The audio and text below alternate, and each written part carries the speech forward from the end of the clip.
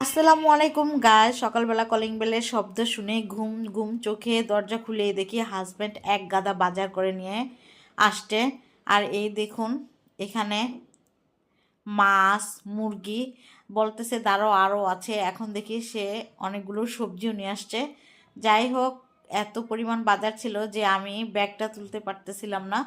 আর এই দেখুন, বাজার থেকে সকাল সকাল টাটকা লাউ নিয়ে আসছে মাছ দিয়ে রান্না করার জন্য। এখানে ছিল সবজি, ফুলকপি, ধনেপাতা। যাই হোক, চলো দেখি কি কি বাজার নিয়ে আসছে। আর এই যে মুরগিগুলো কেটে নিয়ে আসছে পিস পিস করে। যাই হোক, ভালো হয়েছে। আর এটা ছিল ঝাটকা ইলিশ, বাচ্চারা খুবই পছন্দ করে। ছিল চিংড়ি মাছ, আমার মেয়েও ছোটো মেয়ে চিংড়ি মাছ খুব পছন্দ করে।